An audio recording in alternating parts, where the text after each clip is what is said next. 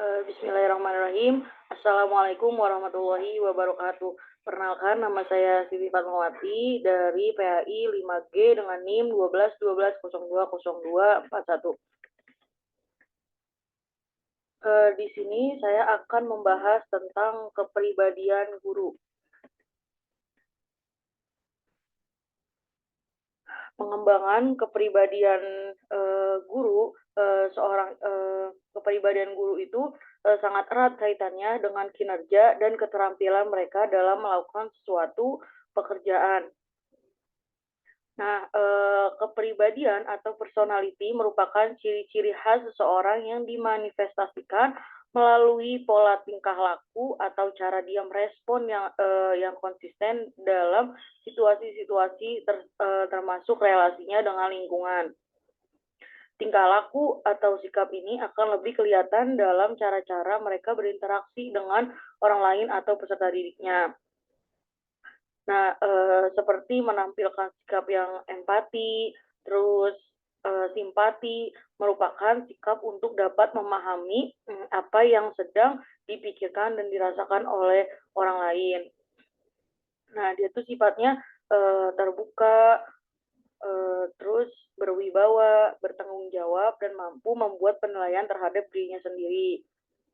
Nah, menurut Kardinata, mengemukakan bahwa kepribadian produktif akan terwujud sebagai kecenderungan untuk yang pertama, mampu bekerja keras dan sungguh-sungguh, serta berusaha memperoleh hasil karya yang sebaik-baiknya. Yang kedua, mampu bekerja secara teratur dan tertib menurut urutannya tertentu.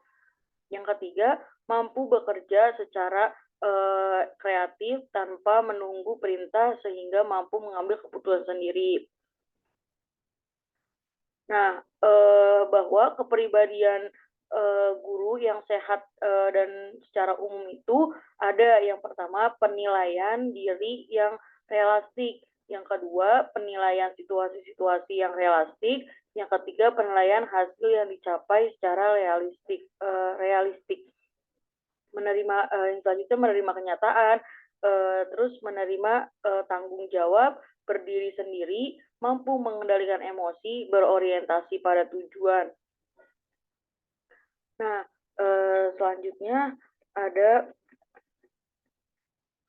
stereotipe dari guru. Nah, stereotipe adalah kombinasi dari ciri-ciri yang paling sering diterapkan oleh suatu kelompok terhadap kelompok lain atau seorang kepada orang lain.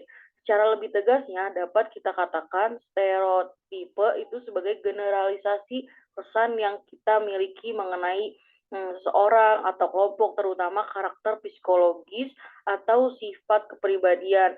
Contoh dari stereotipe itu yang berkenaan dengan asal etnik adalah stereotipe yang melekat pada etnis Jawa. Contohnya seperti sikap lembut dan penurut. Etnis Batak adalah keras kepala dan tegas, tidak suka basa-basi. Orang Minang yang pintar berdagang dan etnis Cina adalah berhemat dan pekerja keras. Nah, itu contoh dari beberapa stereotipe. Nah, yang selanjutnya ada memilih jabatan guru. Nah, siapakah yang memilih jabatan sebagai guru gitu? Nah, di sini ada beberapa pertanyaan untuk menjawab bagaimana untuk memilih jabatan guru gitu. Nah, memilih jabatan sering tidak dilakukan secara rasional. Nah, sedangkan yang lulusan SMA atau sederajat tidak bebas memilih dan memperoleh jurusan atau fakultas menurut keinginannya masing-masing. Karena keterbatasan tempat dan banyaknya calon, maka seorang menerima apa saja yang diperoleh dan merasa beruntung walaupun tempat itu tidak sesuai dengan keinginan dan bakatnya. Studi khusus yang mendalam perlu dilakukan untuk meneliti riwayat hidup dan motivasi individu yang bersangkutan. Nah, profesi guru nih contohnya. Pada tingkat SD, makin lama makin banyak dipegang oleh kaum wanita. Bahkan di USA atau Jepang, dengan guru tingkat SD selalu dimaksud dengan ibu guru. Nah, lambat laun, lama-kelamaan, guru-guru wanita juga mengajar pada tingkat SMA, bahkan perguruan tinggi. Nah, bila guru, terdiri atas kebanyakannya wanita seperti di SD, maka jabatan guru akan diidentifikasikan dengan pekerjaan wanita sehingga kaum pria akan, menjauhinya bila terbuka pekerjaan itu. Nah, dalam kenyataannya dapat dilihat bahwa, guru-guru itu merupakan kepribadian tertentu sesuai dengan jabatannya. Nah, apakah keterkaitan guru pada norma-norma tertentu membuat kurang mampu untuk bergaul dengan kalangan di luar guru dan juga kurang mampu untuk melakukan pekerjaan guru? Nah, di Amerika Serikat ternyata, banyak guru, khususnya pria yang menggunakan pekerjaan guru sebagai, batu loncatan gitu. Juga di negara kita pada waktu revolusi banyak kesempatan untuk, pindah pekerjaan yang banyak digunakan oleh guru-guru. Mereka yang terdidik sebagai guru khususnya lulusan, IKIP banyak mencari pekerjaan di luar keguruan yang rasanya memberi, kepuasan yang lebih besar. Nah, Eee, tidak dapat disangkal kebanyakan guru, bekerja dengan dedikasi dengan menunjukkan kesediaan yang tinggi untuk berbakti kepada pendidikan anak dan masyarakat. Sekalipun guru tidak menonjolkan upah atau finansial, ia juga, mmm, manusia gitu, manusia biasa yang harus hidup, yang harus menghidupi keluarganya gitu. Maka sudah selayaknya nasib guru itu senantiasa mendapat perhatian pemerintah dan masyarakat. Nah, selanjutnya ada ketegangan dalam profesi guru.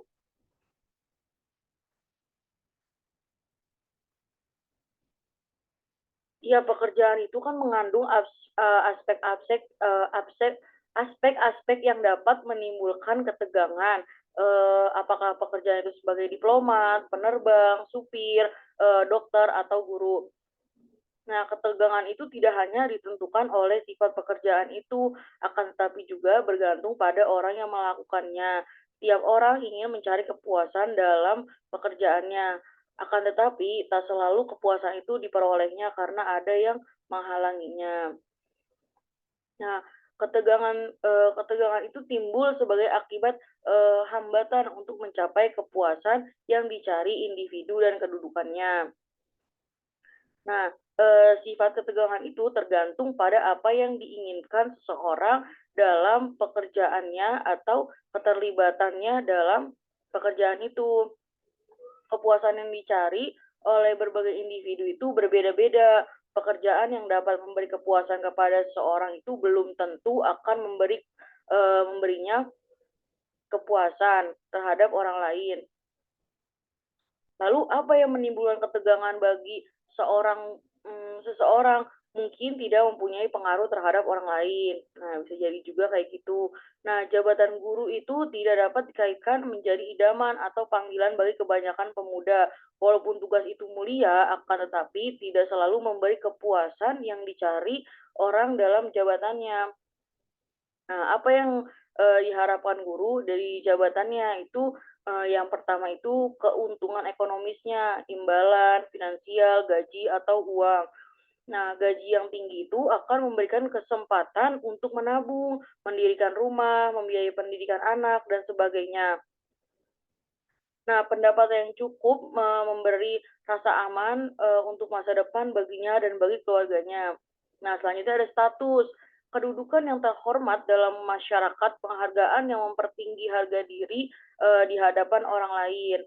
Nah, yang selanjutnya otoritas, kewibawaan, kekuasaan atas orang lain, mengatur orang lain, merasa dirinya sebagai bos dalam, dapat memerintah orang lain dalam hal ini, contohnya murid-murid gitu ya.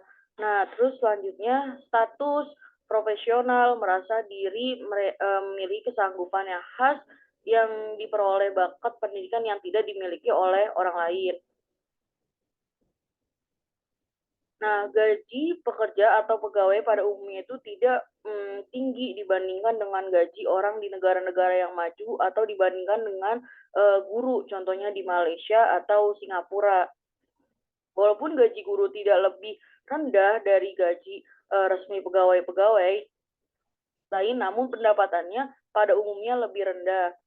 Secara finansial, jabatan guru tidak akan membuat orang menjadi kaya. Bukan hanya di negara kita, juga di negara-negara lain, guru banyak berpengaruh, guru banyak yang mengeluh tentang gajinya gitu. Di USA misalnya, gaji buruh kasar sering melebihi gaji guru gitu.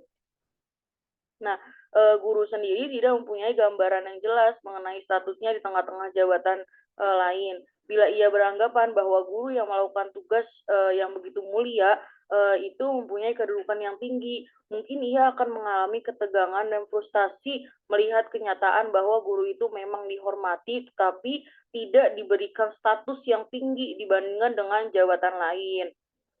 Mungkin pertimbangan orang banyak didasarkan pada aspek finansial dan bukan hakikat pada pekerjaan guru. Nah, guru banyak berasal dari golongan rendah atau menengah rendah dan memandang jabatan sebagai guru sebagai jalan untuk mendapatkan status yang lebih tinggi. Nah, ketegangan juga dapat ditimbulkan oleh persoalan apakah pekerjaan guru dapat diakui sebagai profesi. Tanpa melalui pendidikan keguruan, seorang dapat mengajar hal yang tidak mungkin terjadi dengan profesi kedokteran atau hukum.